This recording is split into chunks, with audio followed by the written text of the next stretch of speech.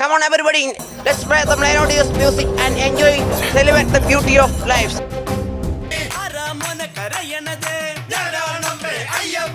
വസു ദേ തോറ്റ് തുന്നമാടി വന്നിരിക്കുന്നു നിന്റെ മോൻ. ഒരു പേപ്പട്ടിയെ തല്ലിക്കൊല്ലുന്നത് പോലെ അയ്യപ്പൻ കുട്ടിയെ തുരത്തി ഓടിച്ച എന്റെ പ്രിയപ്പെട്ട വോട്ടർമാർക്ക് അതിന് പൂജ്യം ഉണ്ടാവും, മറ്റേ ഒന്നുണ്ടാവില്ലാത്ത മാത്രം. നിങ്ങൾക്കിപ്പം കുറച്ച് വിടല് കൂടിയണല്ലേ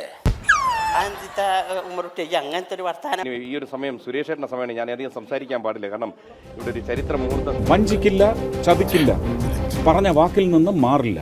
30 വർഷമായിട്ട് ഞാൻ ഊതിക്കാച്ചെടുത്ത എന്റെ പൊന്നാണ്.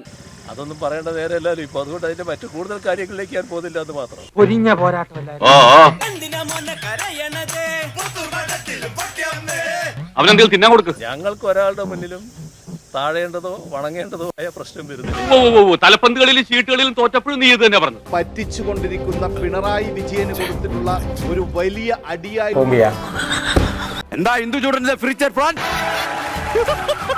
നാക്ക് നീട്ടിയ പേപ്പട്ടിയല്ല, ആട്ടിൻ തോലിട്ടൊരു ചെന്നായായിരുന്നു അവൻ. അങ്ങനെയൊക്കെ പറയാൻ പറ്റുമോ? അങ്ങനെയൊക്കെ പറയാൻ പറ്റുമോ? നമ്മൾ നാളെയും കാണണ്ടേ?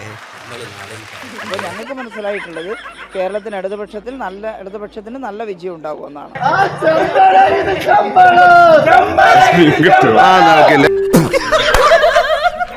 ഞാൻ എടുത്തുകൊണ്ട് നടന്നിരുന്ന എന്റെ കുഞ്ഞു പെങ്കളിപ്പോൾ അന്നേ ഞാൻ പറഞ്ഞിരുന്ന ഒരു സ്ഥാനാർത്ഥി എന്നുള്ള നിലയിൽ ഒരു ലോക്സഭാ തെരഞ്ഞെടുപ്പിൽ ചർച്ച ചെയ്യേണ്ട ചില വിഷയങ്ങളുണ്ട്. കോഴിക്കോട് വളരെ മാന്യമായിട്ടുള്ള ഇലക്ഷൻ പ്രചരണം നടന്നു. വടകരയിൽ അത് അങ്ങനെ അല്ലാതെ നടന്നു. തീർച്ചയായിട്ടും ഞാൻ തന്നെ പറഞ്ഞല്ലേ, ഒരു പേപ്പട്ടിയെ തല്ലിക്കൊല്ലുന്നത് പോലെ അയ്യപ്പൻ കുട്ടിയെ തുരത്തി ഓടിച്ച. ഇങ്ങനെയൊന്നും പറയരുത്, ഇങ്ങനെയൊന്നും പറയരുത്, ഉള്ളിൽ സങ്കടം ഉണ്ട് കേട്ടോ. LDF ക്യാമ്പിലെ വോട്ട് ചോർച്ച അത് വരും ദിവസങ്ങളിൽ ചർച്ചയാകും, പരിശോധിക്കുമെന്ന് CPM-ന്റെ സംസ്ഥാന സെക്രട്ടറി ഇപ്പോൾ തന്നെ വ്യക്തമാക്കുന്നുണ്ട്. ഞാൻ കഷായത്തിലെ ചുക്കുമായില്ല, ഉണങ്ങിപ്പോയതാ. അതെന്റെ ചുക്കില്ലാത്ത കഷായം ഉണ്ടോ അങ്ങനെ ഇപ്പൊ ഇറങ്ങുന്നുണ്ട് നമ്മൾ കേട്ടിട്ടുണ്ട്. പക്ഷെ അത് ഭയങ്കര ഹിറ്റായി പോട്ടെ.